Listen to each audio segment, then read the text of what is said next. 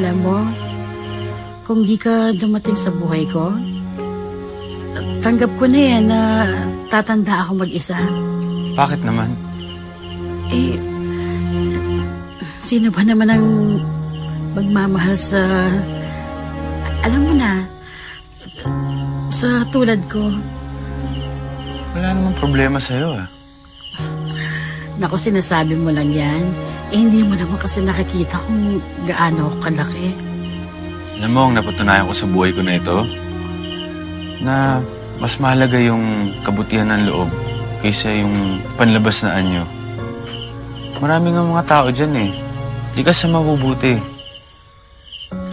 Di ka talaga iiwan ng mga taong yan kahit nasa gitna ng pinagdadaanan mo sa buhay mo. Tulad mo, alam ko mabait ka.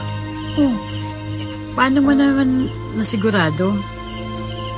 Yun ang sinasabi ng puso ko eh.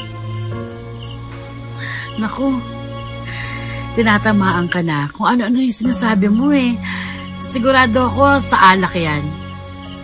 Hindi, totoo. Tingnan mo.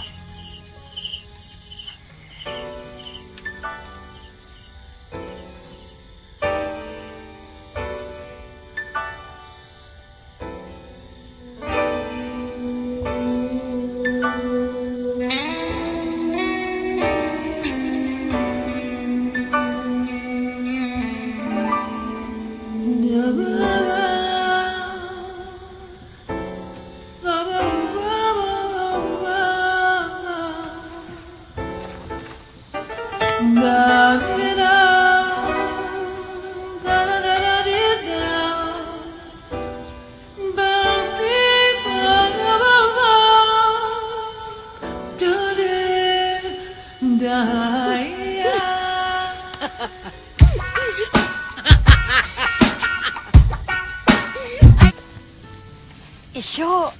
Oh, bakit nandito ka sa labas? Eh, kasi gabi na kaya hinintay na kita. Tsaka, hindi ako makapaghintay dun sa ibabalita ko sa'yo, Isyo. Bakit? Parang kilig na kilig ka. Oo, Isyo. Kasi galing ako sa health center kanina. Ang sabi ng doktor, Isyo, buntis daw ako. Ha? Talaga? Oo. Isyo. Ang hinihintay mo, buntis daw ako, Isyo. Isyo. Sigurado ka ba dyan? Oo, sigurado ako. Naku, Isyo. Sabi ko na nga ba, matutuwa ka.